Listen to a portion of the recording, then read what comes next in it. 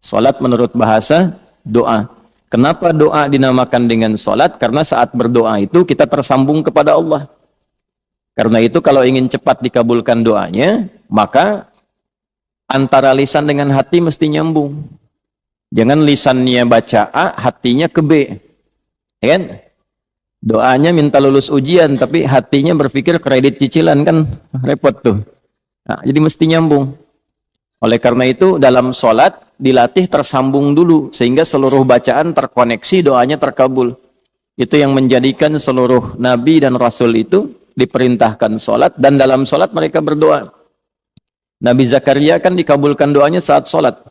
Hunalika da'a Zakaria rabbah qala rabbi habli min ladunka dzurriyyatan thayyibah innaka sami'ud du'a fanadathul malaikatu wa huwa qa'imun yusalli fil mihrab anna Allah yubashshiruka bi Yahya.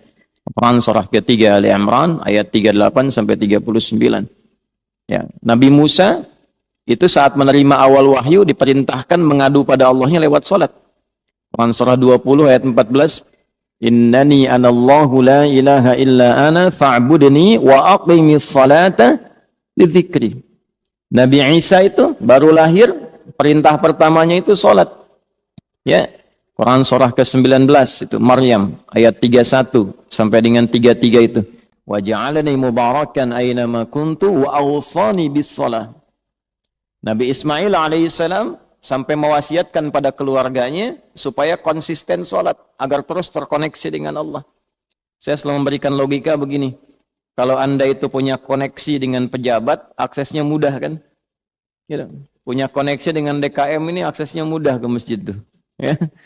Baik. Nah, punya koneksi dengan Allah apa yang sulit bagi Allah? Nah, Nabi Ismail alaihissalam itu mewanti-wanti keluarganya dan meminta, bahkan memerintahkan mereka konsisten menjaga sholat. Itu diabadikan di Al-Quran surah ke-19 Maryam di ayat ke-55. Wa kana ya'muru ahlahu bis-shalah. Dan adalah beliau itu kana kan bisa mengatakan begini di luar Al-Quran. Wa amara ahlah. Tapi kadang ada kana di situ bertemu mudhari'. Ya, kana bertemu dengan mudhari maknanya dua. Ya, yang pertama yadullu 'alal 'adah, menunjukkan pada kebiasaan. Jadi Nabi Ismail itu terbiasa meminta keluarganya mengingatkan supaya jaga sholat, jaga sholat. Nah, itu bagi orang tua muslim jadi teladan.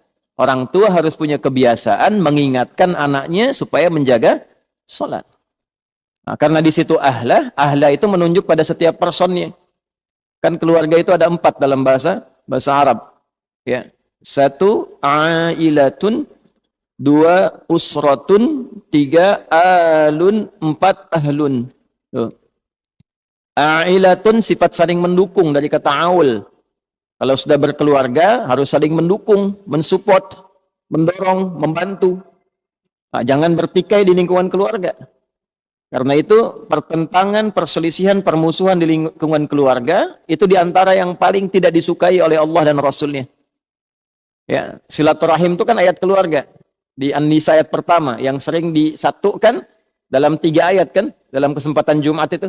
Ali Imran itu, kemudian An-Nisa, satu lagi di surat yang ke-33 Al-Ahzab di penghujungnya, kan? Yang di An-Nisa ayat pertama, ya ayyuhan nasu taqu rabbakumul ladzi khalaqakum min nafsin wahidah wa khalaqa minha zawjaha wa batha minhuma rijalan katsiran wa nisaa'a wattaqullaha alladzi tasaaluna bihi wal arham. Nah, jadi dan ulul arham itu kan yang pertama keluarga inti. Menyambungkan arham, menyambungkan silah, ya, terkoneksi dengan kuat di antara bagian keluarga itu bagian dari ketakwaan. Mafhum mukhalafahnya Pak? Ya, mafhum mukhalafahnya pengertian terbaliknya memutus rahim, memutus hubungan kekeluargaan itu termasuk dari penyimpangan terhadap nilai takwa. Nah, itu mesti hati-hati. Karena itu wasiat para nabi itu sebelum meninggal itu menyatukan keluarganya dulu, bukan dalam masalah harta. Awas, hati-hati itu. Ya, ada 3 dosa bertumpuk diantaranya pada orang-orang yang rebutan warisan sampai tercerai-berai. Itu pelanggarannya 3 dan termasuk pada kategori dosa besar itu.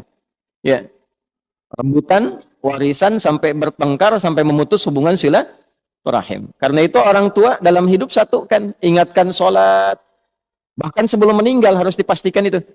Ya, itu ada di Al-Quran surah kedua Al-Baqarah di ayat 132.